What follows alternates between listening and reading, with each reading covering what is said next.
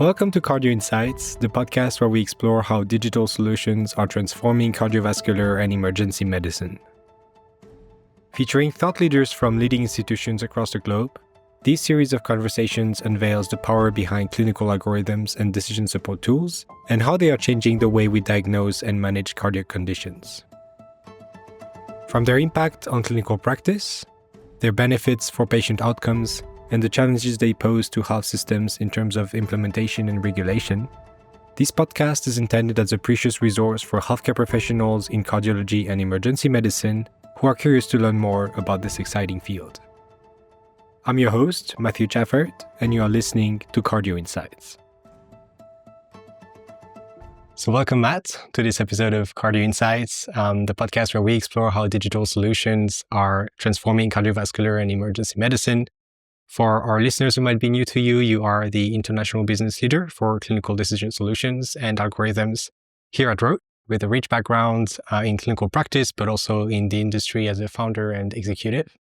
Your work focuses on developing, validating, and commercializing clinical decision support tools and algorithms that are then deployed in hospitals and medical institutions across the globe to support healthcare professionals in their daily work. So in this episode, we want to explore and learn from you about the future innovations and potential advancements in this field and how these tools might evolve and integrate further into health systems globally. The goal is basically to give our listeners a flavor of what's to come in the future. So to kick us off, can you give us a definition of what a clinical algorithm is and what the recent technological, let's say, advances have changed in that regard? Sure. So thanks very much for the opportunity to kind of chat about this today. I think you've started with probably the hardest question because I'm not sure anyone really can tell you what the definition is. I think the term clinical algorithm is very broad, and we've been using algorithms in clinical care for a long period of time. In general, you can think of an algorithm like any form of calculation that helps in healthcare. And sort of classical things there would be calculators,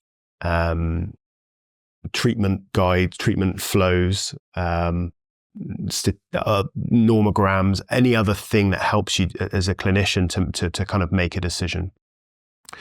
I think that the recent advancement, and to be fair, it's not hugely recent, is artificial intelligence for obvious reasons. And that we're kind of healthcare's coming into artificial intelligence a bit late. I think in the research space, we've been doing a lot of work there for a long time, but I think now in terms of actually how it gets implemented into clinical practice and used, that's where we are now. And perhaps if I can give you a kind of example of that. So I'm going to give you a non-cardiac example, but it's an emergency care example. You know, some of the tricky decisions you need to make in the emergency department are really around assessing patients for risk of sepsis. And in general, the way we've done that before is with kind of clinical history, physical examination, lab tests, and trying to put all of that together. And very often, sepsis is not really a defined thing, right? It's an evolving clinical picture. And so where you have more junior clinical staff, they very often miss this. And that can have quite significant consequences for a patient and, quite frankly, for the hospital system. So tools that are now emerging that can help predict sepsis can make a huge difference in clinical care. I mean, if you treat someone early with sepsis, you save their life. If you leave them, they get moved to a kind of distant part of the hospital, then quite frankly, that's why we have such a high mortality of sepsis. So I think the opportunity is really about artificial intelligence and machine learning models and how that gets implemented into care.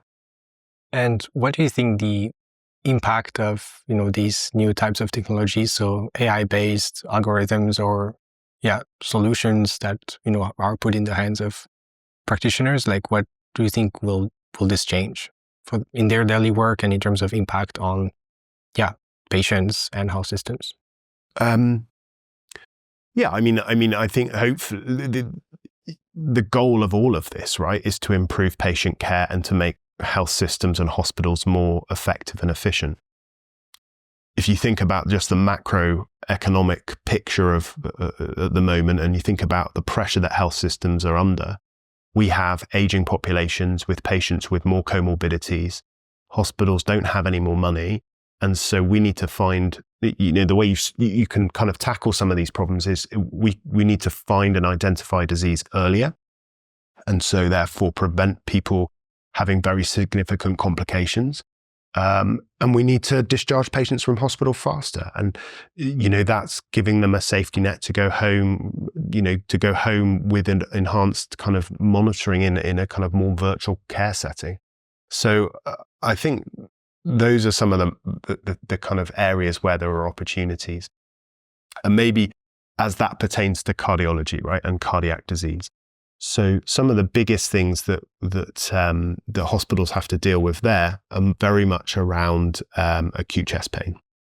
It makes up a significant proportion of patients being seen in hospitals, and unsurprisingly, most people presenting with chest pain they're not having a myocardial infarction, right? They've got indigestion, or they've got a musculoskeletal condition. But again, for a junior staff member who's also seeing 6 or 7 other patients, that can be quite a tricky assessment. And if it's not, there are ECGs and blood tests like troponin that help you make that diagnosis, but it also can take quite a long time. And I think that, now we're in a situation where we can deploy, again, machine learning based models that can help identify those patients who are having a heart attack, and then they can be streamlined to care. And we can safely rule out those patients who aren't having a myocardial infarction. Overall, that has a clinical benefit, but it also has an operational efficiency benefit that you're not overburdening your emergency departments. So I think that's where some of the opportunities can lie, basically. Mm-hmm. Understood. And so this is a bit like, looking into the future. I think there are some already, some of these solutions being implemented. You mentioned algorithms to triage chest pain. There are other, use cases in cardiology and beyond. What do you think are some of the challenges currently with solutions we have at hand in, driving adoption of these tools, or what's the perception from healthcare practitioners in that regard? So we're talking here about the implementation of this, right? So there are a couple of areas that are interesting here. So the first one is the kind of infrastructure and resources. Hospitals, by and large, or the health sector by and large, and this varies in different geographies, but it doesn't invest enough in healthcare IT infrastructure and technologies. So very often it's using technology that's out of date. And that means that when you come to deploy more advanced solutions, you just simply can't. And so that's a big hurdle that needs to be overcome. The second thing is in hospitals are operating at capacity, and in many cases over capacity. And if you bring a new idea into any system, you need to have space for that change to take place. And that's really difficult, to drop a new idea into an emergency department where they're already busy, already managing very complex scenarios. So that we need to create environments or places where we can create that change. And then the third thing, and the thing that drives everything ultimately, is we need sustainable funding and reimbursement. You're not going to take the risk to disrupt a busy clinical work environment with a new technology if you're also not getting any reimbursement for that activity. And so I would say that technical infrastructure, giving space for change for clinical teams, and reimbursement are the key things that will help drive change. If you can give us some perspective on where you think the most advanced health systems are in that regard. I guess, through your work, you get to see what's happening in the US, in Asia, in Europe. Are there some trends that you can, share with us in terms of where the uptake and the incentives are the most aligned with what you mentioned? Yeah. I don't think you can look too far from the US. I think it's a patchwork in the US. I think there are some health systems there that are unbelievably advanced from an IT, health informatic perspective, and there are other places that are less advanced. But maybe if I just give you an example, I was in the US a couple of weeks ago. We were visiting a large academic medical center, and we were fortunate enough to kind of have a tour of their virtual care center. In that virtual care center, they cover about 15 hospital sites across the state that they operate in. And they, for the highest risk patients, they are monitoring those patients in a virtual hospital. And a critical care nurse is monitoring between 12 and 15 patients. And a range of artificial intelligent algorithms are feeding information to the critical care nurse to help that person make a decision about care. It could be around initiating a sepsis bundle. It could be about preventing patient falls. There's a whole range of use cases that they have. But I mean, I practiced in the UK in the NHS, and when I saw that, I have to say I was a bit blown away, because that's really going to the next level. I would say that I've also seen some incredible things happening in Asia Pacific. I think that people there feel much more comfortable with testing, trying new technologies. And there's certainly investment from the very highest levels to do this. Taiwan being a super example.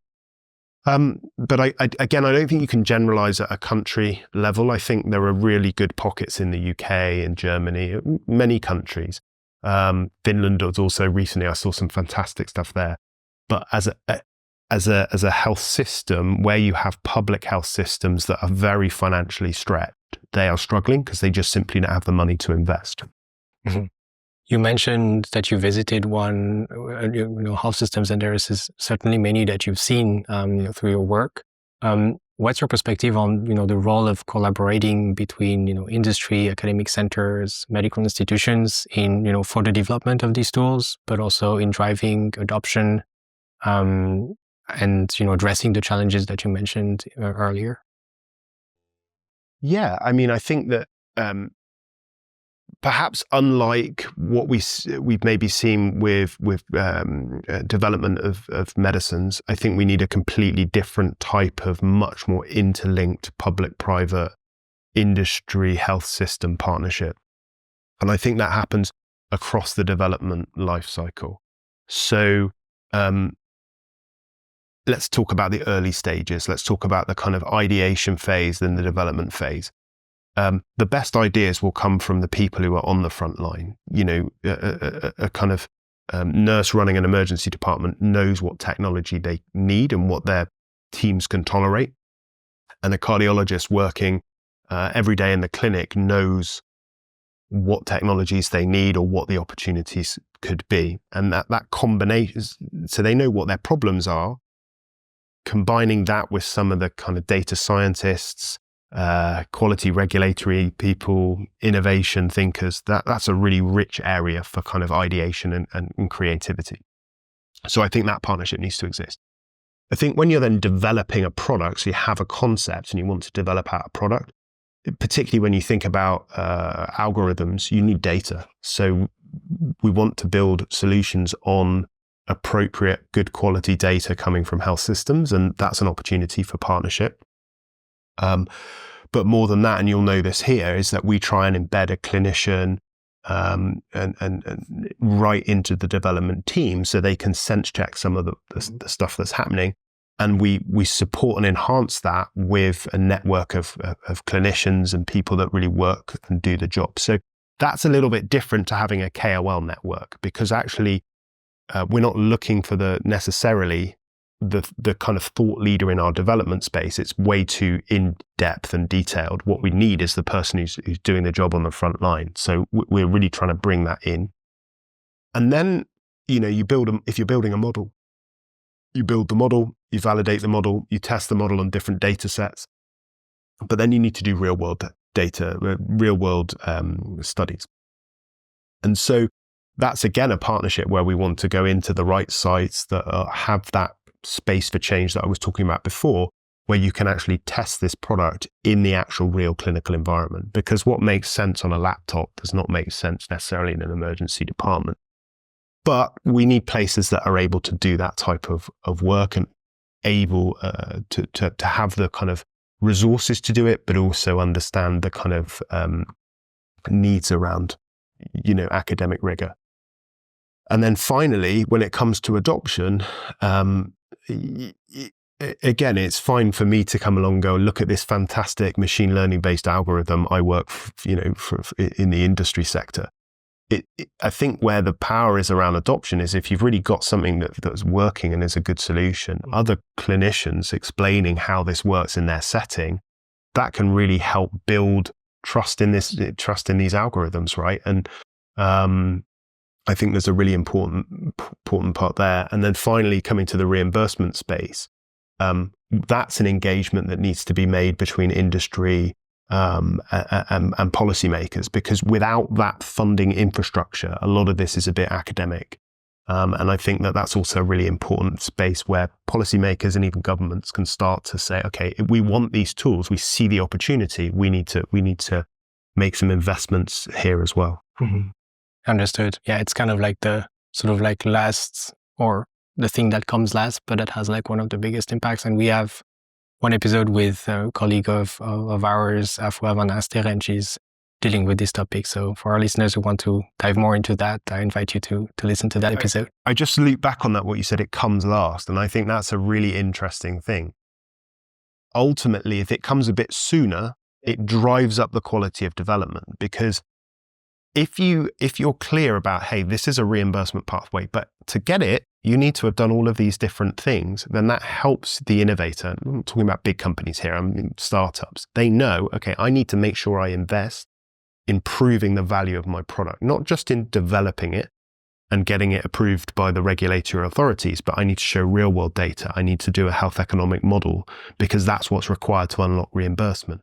If that isn't there, then the temptation not to invest in those studies is huge, because they don't need to. And this is complex, difficult stuff that they're not really done before. So I think it needs to come sooner, but that's my own personal biases. We have a recurring question we ask every guest on the show, which is, you're a physician by background. So if you had a magic wand, what digital solution would you like to have in clinical practice, or like something from out of imagination that might not be feasible today, but maybe in the future? I'll tell you one that I've seen recently that just blew my mind. I'm really excited about the opportunity around large language models. I'm not directly working, there's another team in Roche that's looking at that. I'm not directly looking at that, but I spent a considerable part of my life writing the notes from clinic appointments, writing discharge summaries in my earlier years. It's a lot of documentation we do. And the opportunity to have large language models do that documentation is just mind-blowing. Like the time that will save, and to be honest, the quality that will bring, is just mind-blowing. So for me, that's the one I'm really excited about. I think it's one we've heard as well from Professor Michael Gibson from Harvard, and he was saying the benefit of it is you change the relationship between the physician and the patient, because you don't have the screen in between, and you just, get humanity back into the way people are treated, and that's what it excites a lot of the physicians, I think. Yeah. Classically, you're looking at your computer, like what test to order, what do I need to write here? The people must sit there and think, what is this about? They're not interested in me, and I think, to bring that humanity back is a lovely statement, and I would agree. Thanks a lot, Matt. Great. Well, thanks for the opportunity. I hope that was interesting, and always great to chat. Thank you for listening to this episode of Cardio Insights. We hope you enjoyed it. If you want to dive further into other aspects of digital solutions in cardiovascular and emergency medicine, check out the other episodes of the series. To support the show, you could share this episode with your surroundings and leave a 5-star review on your preferred streaming platform. Cardio Insights is a podcast brought to you by Roche. Thank you for your time, and see you in the next one.